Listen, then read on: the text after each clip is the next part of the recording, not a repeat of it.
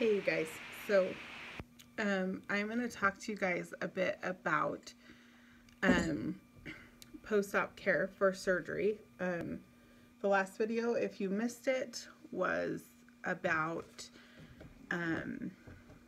pre-op diet and stuff. So tonight is actually the night where I drink what's in this glass. It's a laxative. I'm just letting it kind of dissolve, and I need to wait about 5 more minutes before I can drink it.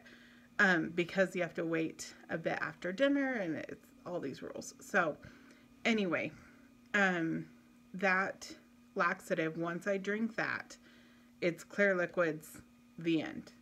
So we're gonna, I think I mentioned a bit about that. I think I touched on that yesterday, but in case I didn't, I'll go from right there because I can't remember. Let's see. Sample menu. Drinks with no sugar, or carbonation, or caffeine. And then it says, do not drink with your meals. It says it over and over and over again, you guys. It's so important to not drink with your meals. Also pre-op, it says 7 days pre-op to stop taking all medications unless advised by your doctor otherwise. Discontinue all over-the-counter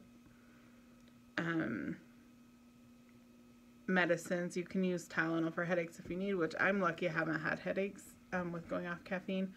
So I feel really blessed for that because I know a lot of people do. Discontinue all herbal medications and remedies.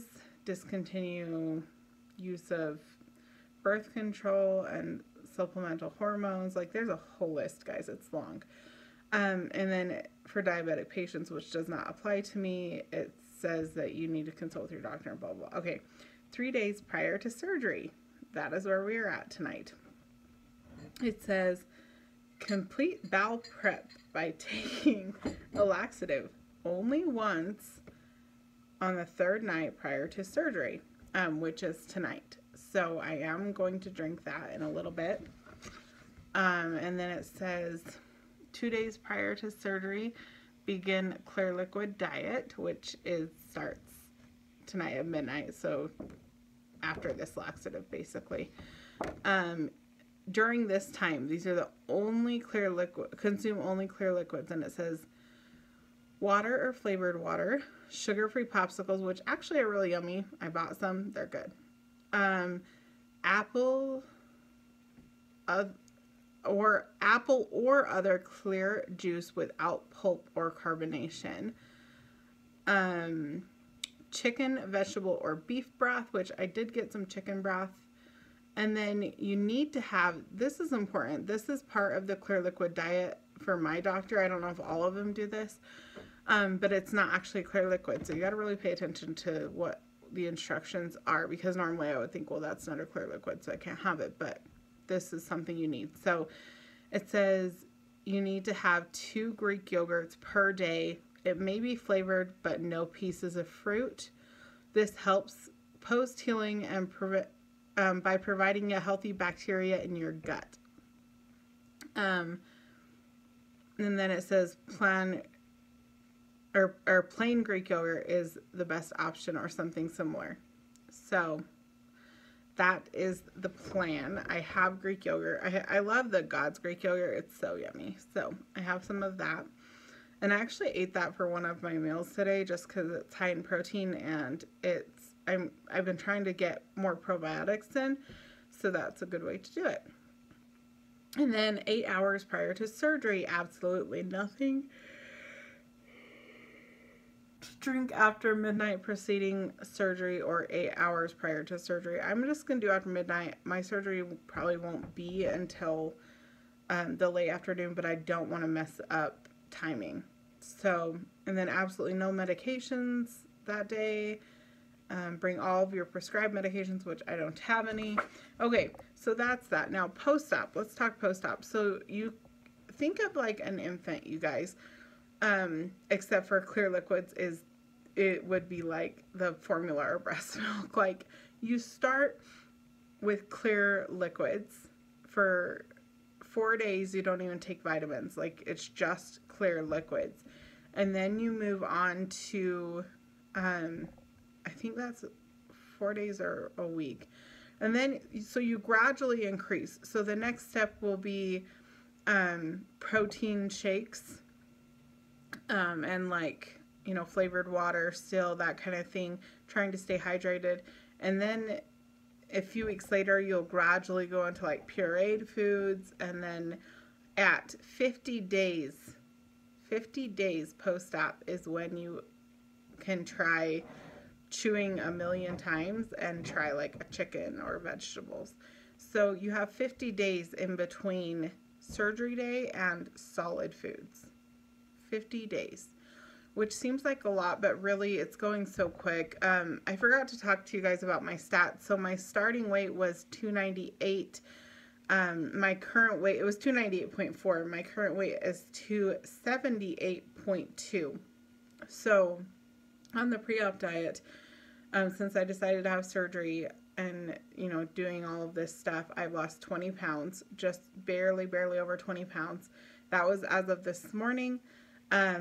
Surgery day weight, because I'll be on just liquids from here out, I'm guessing will be around 275 or 270, somewhere in between 270 and 275 is kind of my guess, because I've been losing like a pretty significant amount each day. Could I go on eating like this all the time without the restriction? Probably not, because you would give in, like with the restriction, you don't get hungry and as often, and you eat protein first always, so you're full after protein, right? So you don't get those cravings for like super sweet sugary things, or you're more satisfied all the time. Whereas like, and you think about, I notice like you think about what you eat, because I'm on this pre-op diet and it's like weighing on my head, and knowing that I have that restriction, it'll do the same thing. It'll weigh on my head. I know it will. But you know, the biggest thing is staying away from carbonated drinks and things and different things that you do that can stretch out your stomach, and then it becomes a pointless procedure. So you have to really be careful and do your research, you guys. There's so much research out there, and it is a lot of work. I'm not gonna lie. This is a tool. It is not a fix. I get asked all the time, well, can't you just go on a diet? I'm like, yeah, I can, but this is a tool to help me progress further than that brick wall that I always hit when I'm on a diet. And it's a tool. It doesn't magically work. You have to do things right. You have to eat protein first. You have to be smart about it. You can't just go drink a ton of soda, which was the hardest thing for me to give up with this. You can't just, like, you have to be smart about it. And I think that, like, committing to that is the hardest part. And now that I'm to that point of, like, being committed to that, it's going good. So anyway, I hope that answers questions. I'm going to go so that I can drink my lovely laxative. It's starting to look a lot better. When I first put it in here, it was like really chunky monkey looking, and I was like, I don't know, but I don't see any particles in it now, and it's supposed to be tasteless. Should I try it and show you guys? I'll try it. Oh, you can taste it. It says tasteless, but it tastes like glue. It smells like glue too.